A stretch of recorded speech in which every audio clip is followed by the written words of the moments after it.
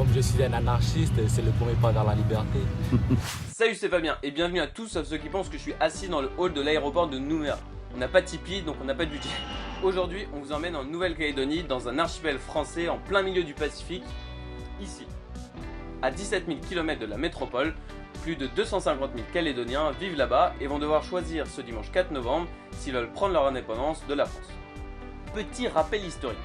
L'archipel a été conquis en 1853 par les armes sous Napoléon III. À partir de ce moment-là, les autochtones Kanaks se retrouvent marginalisés sur leur propre terre. Dans les années 1980, les tensions entre les indépendantistes et leurs adversaires aboutissent à des affrontements meurtriers.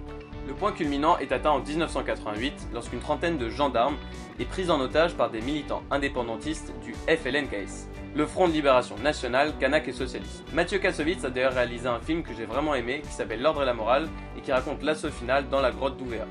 Et les Kanaks, qu'est-ce qu'ils veulent? Leur indépendance. La même année, un accord de paix est enfin trouvé. Les indépendantistes de Jean-Marie Tjibaou et les loyalistes de Jacques Lafleur signent les accords de Matignon qui prévoient justement un référendum sur l'autodétermination.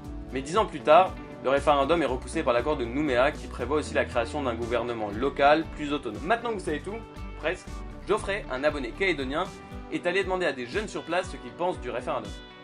Je m'appelle Tabi Emric, j'ai 21 ans et je suis actuellement en deuxième année de licence de droit. Je m'appelle Jeanne Paula Boer, j'ai 21 ans et actuellement je suis collaboratrice de Sonia Bacchus. Donc je pense que c'est une étape importante pour la Calédonie. Pour moi, l'importance que la Nouvelle-Calédonie reste dans la France, c'est l'économie déjà, et ensuite au niveau social et surtout pour les jeunes, ça nous apporte beaucoup d'aide pour pouvoir partir en métropole et faire nos études. J'en pense deux choses. La première, c'est que c'est une bonne chose parce que ça nous permet de tirer un trait, on va dire, sur l'histoire coloniale du pays, tout ce qui a pu se passer. Mais d'un autre côté, c'est de la supercherie pour moi, parce qu'il n'y a pas eu de référendum pour déjà la prise de possession.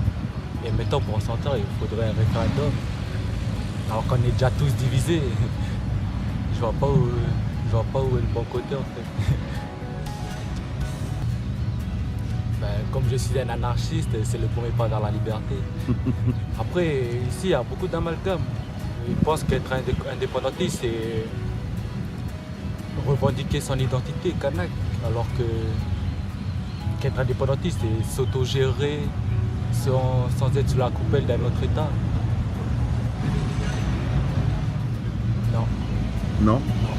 On est beaucoup à penser que le système, c'est une supercherie, quoi. La politique, on n'a plus confiance en la politique. Elle ne fait rien pour nous. Oui, je vais aller voter le jour du référendum. Oui.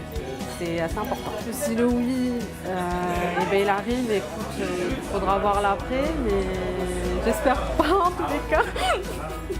Et qu'est-ce que tu feras si jamais c'est le non qui passe plutôt que le oui? Du tout, j'attendrai les autres référendums. Et oui, car en cas de victoire du non à l'indépendance, l'accord de Nouméa prévoit un deuxième référendum en 2020 et même un troisième référendum en 2022. Et si la réponse est toujours non après ça, et ce qui va se passer reste encore un peu flou.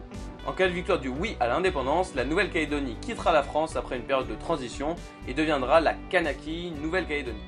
J'espère que cette vidéo t'a aidé à mieux comprendre les enjeux du référendum. Si c'est le cas, partage la vidéo, abonne-toi et on se dit à très vite sur Déclic.